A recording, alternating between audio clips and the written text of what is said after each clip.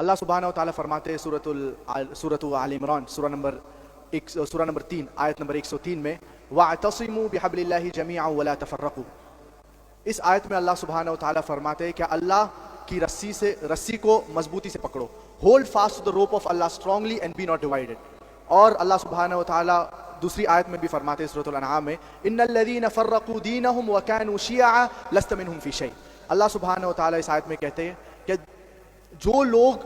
امت میں فرقت کرتے ہیں، نبی کریم صلی اللہ علیہ وسلم آپ سے ان کا کچھ بھی لینا دینا نہیں ہے، تو امت میں فرقت کرنا حرام ہے اور یہ ٹوٹلی اوائڈ کیا جانا چاہیے۔ اور اللہ سبحانہ و تعالیٰ فرماتے سورۃ آل عمران سورہ نمبر 3 آیت نمبر 64 میں تعالوا الی کلمۃ سواء بیننا وبینکم۔ نارملی یہ ورس جس کا کانٹیکس اگر آپ دیکھیں گے اہل کتاب کا ذکر ہے، قل یا اہل الکتاب سے شروع ہوتا ہے، لیکن جب ہم مسلمان سے بھی بات کر رہے ہیں، پیپل فرام ڈفرینٹ سیکٹس، تو ہم یہ کوشش کرنا چاہیے کہ جو چیزیں یکسانیت ہے اس کے اوپر اتفاق کرنا چاہیے، اس کے اوپر اگری کرنا چاہیے، اور جو چیزیں ڈفرینسز ہیں مسلمان میں اس کے اوپر لڑنا نہیں چاہیے، اور جو ضروری چیزیں ہیں جیسے کہ توحید، جیسے کہ عقیدہ، اس کے اوپر فوکس کرنا چاہیے، اور جو چیزیں فرض نہیں ہے، مثال کے طور پہ اگر کوئی کہتا ہے کہ ہاتھ کدھر باندھنا چاہیے چاہے اوپر یا نیچے، اس کے اوپر لڑنا نہیں چاہیے۔ جو اہم چیزیں ہیں اسلام میں توحید، عقیدہ، اس کے اوپر فوکس کرنا چاہیے اور اس کے اوپر توجہ دیا جانا چاہیے۔ اور انفارچونیٹلی افسوس کی بات یہ ہے کہ ہم دیکھتے ہیں کیا ہمارے معاشرے میں مسلمان چھوٹی چھوٹی چیزیں کے اوپر لڑ رہے ہیں اور ان لوگ جو اہم چیز جو ہے اس کو بھول جاتے ہیں۔ نماز پڑھنا مثال کے طور پہ ضروری ہے تو اس کے اوپر توجہ دیا جانا چاہیے۔ نماز مرد کے لیے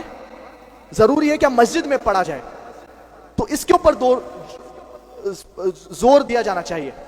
نہ کہ مثال کے طور پہ کدھر آپ ہاتھ باندھ رہے اور اس کے اوپر لڑنے کی کوئی ضرورت نہیں ہے۔ تو اگر مسلمان یونائٹڈ رہیں گے تو we will be a stronger force, ہم اور طاقتور ہوں گے اور غیر مسلمان کا توجہ کر پائیں گے، ان کو اسلام کی طرف دعوت دے پائیں گے۔ ابھی افسوس کی بات یہ ہے کہ کئی بار نان مسلمز، غیر مسلمان، جب ان لوگوں کو اسلام قبول کرنے کا ہے تو ان لوگ سوچتے ہیں کہ مسلمان میں ہی اتنے فرقے ہیں تو میں کون سے فرقے میں چلے جاؤں، مسلمان آپس میں لڑ رہے ہیں تو میں کیوں یہ ریلیجن ایکسیپٹ کروں۔ تو ہم مسلمان کی غلطی ہے اس میں، ہم یونائٹڈ نہیں ہیں، ہم بہت سے چیزیں کے اوپر لڑتے ہیں۔ تو پاکستانی بھائی سے گزارش ہے کیا قرآن اور صحیح حدیث کے اوپر ہم یونائٹڈ ہونا چاہیے اور آپس میں لڑنا نہیں چاہیے، اور جو ہمارے غیر مسلمان بھائی ہیں ان کو اللہ کی دعوت دینا چاہیے۔ اور کئی آیت قرآن مجید میں اس کا ذکر ہے،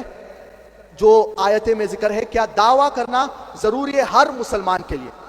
جیسے کہ اللہ سبحانہ و تعالیٰ فرماتے ہیں سورۃ النحل سورہ نمبر 16 آیت نمبر 125 میں ادعوا الى سبیل ربک بالحکمہ والموعظۃ الحسنہ وجادلہم باللتی ہی احسن۔ Invite all to the way of thy Lord with wisdom and beautiful preachings and argue with them and reason with them in the ways that are best and most gracious۔ اس آیت سے ہمیں پتہ چلتا ہے کہ اللہ سبحانہ وتعالیٰ فرما رہے ہیں کیا لوگوں کو اللہ کی طرف بلائیے، invite all to the way of thy Lord، حکمت کے ساتھ، with wisdom and with beautiful preachings، حکمت کے ساتھ اور اچھے الفاظ کے ساتھ، وَجَادِلْهُمْ بِالَّتِي هِيَ أَحْسَنُ، and argue with them، اور ان کے ساتھ جب جدال کر رہے ہیں تو احسن طریقے سے کریے۔ تو ضروری ہے کہ ہر مسلمان غیر مسلمان کو اللہ کی دعوت دے، ہر مسلمان کے لیے یہ فرض ہے، یہ ضروری ہے۔ اور آخرت کے دن پہ اللہ سبحانہ و تعالی ہم مسلمان سے پوچھیں گے ہم کتنی دعوت دی، ہم نے کیوں ہمارے پڑوسی کو، ہمارے غیر مسلمان بھائی کو اسلام کی دعوت نہیں دی، تو ہم کیا جواب دیں گے اللہ سبحانہ و تعالیٰ کو؟ میں جانتا ہوں کہ پاکستان میں نان مسلمز کا پرسنٹیج کافی کم ہے، لیکن پھر بھی نان مسلمز ڈیفینیٹلی ہے پاکستان میں، تو ہم انہیں اسلام کی دعوت دینا چاہیے اور ہمارے کیریکٹر سے غیر مسلمان تاثر ہونا چاہیے۔ اگر ہم نبی کریم صلی اللہ علیہ وسلم کی سیرت پڑھیں گے، نان مسلمز ان کے جو دشمن تھے وہ نبی کریم صلی اللہ علیہ وسلم کو کہتے تھے الامین، ان کے دشمن مانتے تھے کیا وہ سچے انسان ہیں، ان کے پاس امانت رکھتے تھے نبی کریم محمد صلی اللہ علیہ وسلم کے پاس. تو ہم مسلمان ہمارے کیریکٹر ہمارے اخلاق سے نان مسلمز امپریس ہونا چاہیے اور اسلام کی طرف قریب آنا چاہیے. جزاکم اللہ خیرا وآخر دعوانا ان الحمد للہ رب العالمین.